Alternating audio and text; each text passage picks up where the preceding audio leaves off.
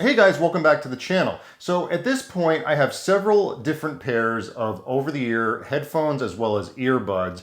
And while they all primarily do the same thing, i.e. get sound to your ears, they are definitely not all created equal. In fact, a couple weeks ago, my wife was looking through my list of devices in my Find My app and she said, "Why the hell do you have so many different pairs of earbuds?"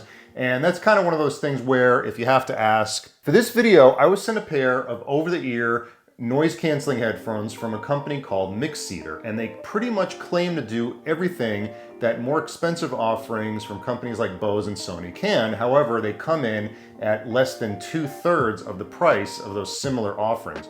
So the question I'm going to try to answer with this video is, can a pair of sub $75 headphones compete with the likes of Sony and Bose? Let's take a look.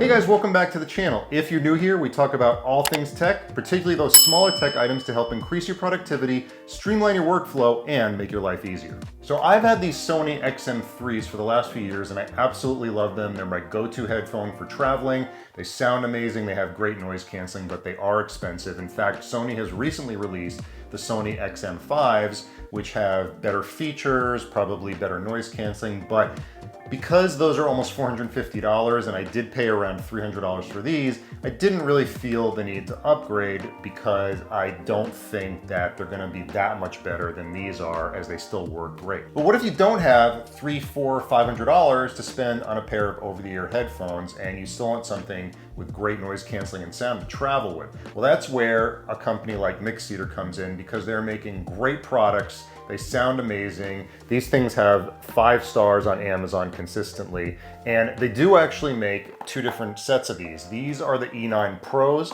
and they also make the E9s. The main difference between the two is that the E9 Pros have better noise canceling as well as better battery life. So let's take a look at what's inside the box, and then we'll get to how they connect, how they sound, and how they compare to the XM3s. All right, so we've got the MixCder box right here. We can see right on here, active noise canceling, 35 hours of playback, and we can see some of the features on the back. Let's take a look at what comes inside of this.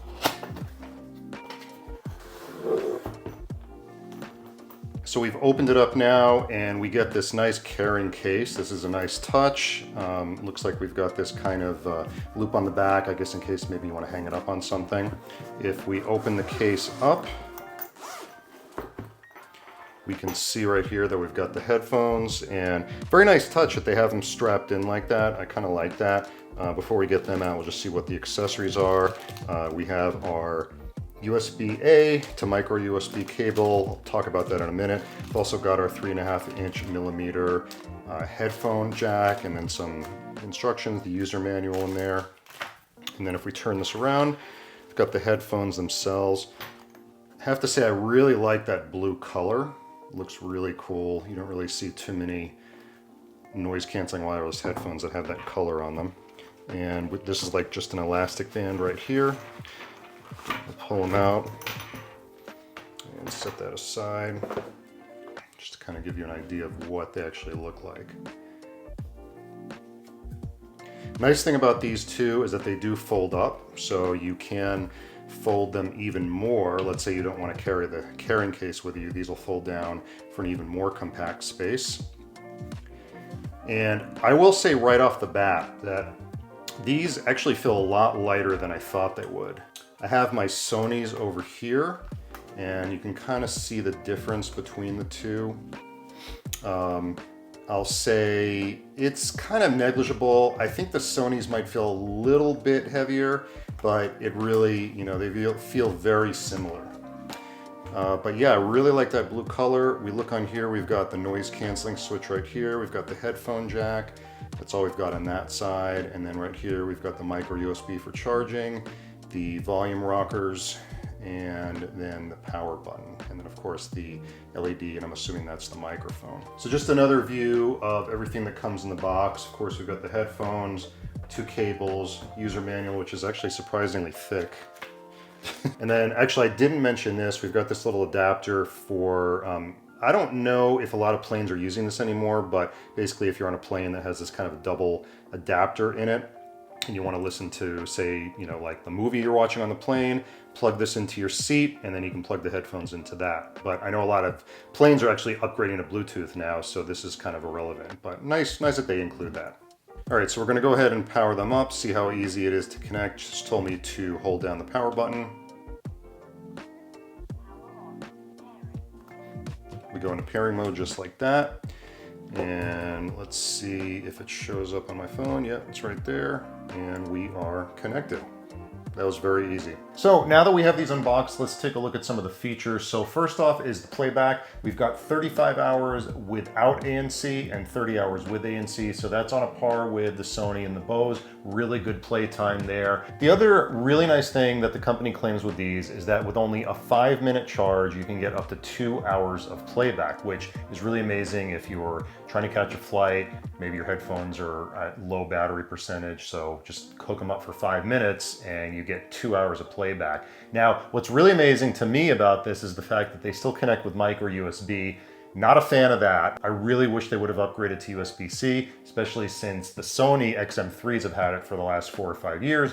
But the fact that they managed to get the technology in there to quick charge these through micro USB is really amazing. It's just another cable that you're going to have to take with you when you travel. And along those same lines, the company also says that if you are charging these from completely dead, with only 1 hour of charge, you will fully charge the headphones back to full capacity. So that's pretty amazing in itself. These are Bluetooth 5.0, so they will connect with all the latest accessories, all the latest phones, devices, things like that. So the other feature these have is something called Qualcomm aptX low latency technology. And essentially what that's supposed to do is when you're watching something on your phone, on your iPad, on your computer, it's supposed to reduce the amount of latency from people talking on screen to the headphones, which is something that has been a problem in the past. I've never actually experienced that with my Sonys, with my AirPods, things like that, but I know some people do experience that sometimes with other earphones. I did test these out watching some movies, YouTube videos, didn't have any latency problems, so that is a feature that's included on this in case you were worried, what they might sound like when you're watching a show. They have nice cushioned ear pads. I didn't have any comfort issues when putting them on my head. And you can see all the controls are nicely laid out here. Nice big ANC button and nice big volume rockers if you're someone that likes to change the volume from the headphones as opposed to your phone, but it does work either way. And nice big power button as well. The other nice thing that I noticed is when you do have them connected, and let's say you have the battery widget on your iPhone, you can easily connect what the charge is from just looking at that battery widget. So let's check them out, see how they sound. I've already paired them with my phone, as you saw earlier in the video. I'm gonna put them on. They do feel very comfortable. I am someone whose ears gets fatigued after a very short period of time, so I'm always on the lookout for over-the-ear headphones that fit nice and snugly on my ears, but not too tight. I can tell you right now, these don't fit very tight. They feel very comfortable. I feel like I have the ear band that goes over the top of my head. I don't have hair to cushion anything, but I feel like the headband is nice and comfortable. Let's take a listen to some music and see how they sound.